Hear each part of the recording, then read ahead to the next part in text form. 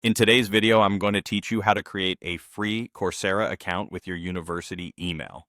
By the end, you'll know exactly what to do whether you received an invitation from your school or you're signing up on your own.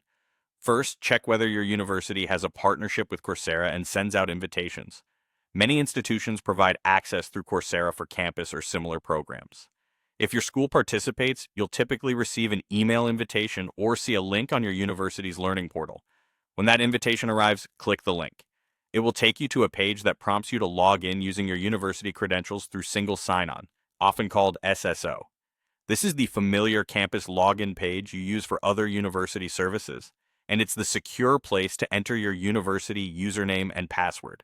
Once you've signed in with SSO, Coursera will ask you to either link an existing Coursera account or create a new one. If you've used Coursera before and want all your learning in one place, choose to link your existing account. This helps keep your course history and certificates together. If you are brand new, select the option to create a new account. Follow the on-screen prompts and you may be asked to verify your email.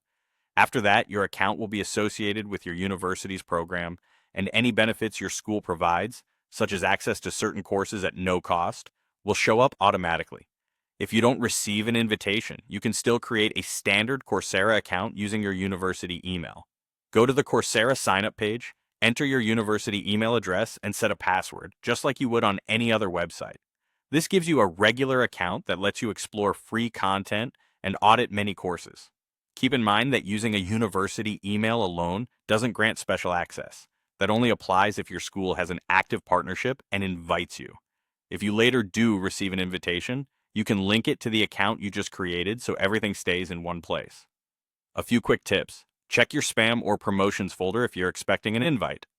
Always make sure you're clicking links that lead to official Coursera pages and your university's SSO login.